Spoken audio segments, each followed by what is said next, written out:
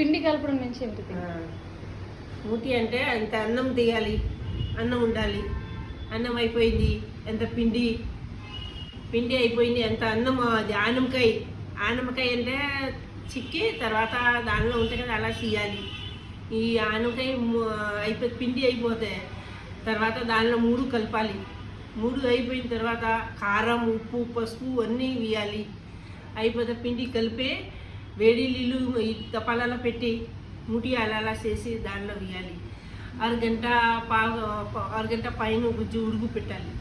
అయిపోయిన తర్వాత తీయాలి. తీసే తర్వాత వేడి కంచెంలో తీసి చల్లగా అయిపోయిన ముక్కలు చేయాలి. తర్వాతనే వెల్లుల్లిపాయ ఎంత ఉంటే ముక్కలు చేయాలి, చిన్న చేయాలి.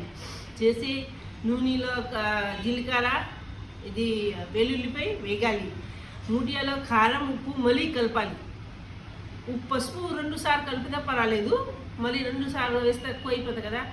పిండిలో కలిపి పసుపు తర్వాత కలుపుకోవచ్చు. ఇవి అయిపోయిన తర్వాత తాళం పెట్టాలి. కూరగాయ ఎలా చేస్తారు, అయిన కరివేపాకు అన్నీ వేసి తాళం పెట్టాలి. మజ్జిగ కూర చేయాలి. మజ్జిగ కూర చేస్తే ఒక గెరిటి, మీ ఇద్దరు ఉంటాయి కదా, ఒక గెరిటిలో మజ్జిగ శనగపిండి, తర్వాత మజ్జిగ చేసి తాళం నెయ్యి వేసి కొంచెం జీలకర్ర అన్నీ వేసి ఇంగువ వేసి పచ్చిమిరపకాయ వేసి మజ్జిగ కూర చేయాలి. అంతే, ఇది అయిపోయింది. పిండి ఎలా కలపాలి? దానిలో కారం, ఉప్పు, పసుపు వేసి ఎలా చపాతి పిండి ఎలా కలుపుతారు, ఎలా కలపాలి? దానిలో నెయ్యి వేయకూడదు.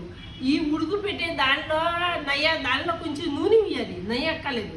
నూనె వేసి వాటర్ బాగా రావు బయట. ఇది నన్ను అడిగారు కదా, 6 గంట ఉంచి తర్వాత తీయాలి. తీసే తర్వాత ముక్కలు చేయాలి. కంచెంలో వేసి చల్లగా అయిపోతే ముక్కలు చేసి కారం, ఉప్పు, పసుపు అన్నీ వేసి కొత్తిమీర ఉంటుంది, కొత్తిమీర వేయాలి. అన్నీ వేసి కరివేపాకు, వెల్లుల్లిపాయ ఎంత ఉండాలి, అంత రుచిగా ఉంటుంది, బాగుంది. తర్వాత తినాలి వేడి. అంతే. ఎప్పుడు వాటర్ బాంబు నీకు తెలుసు.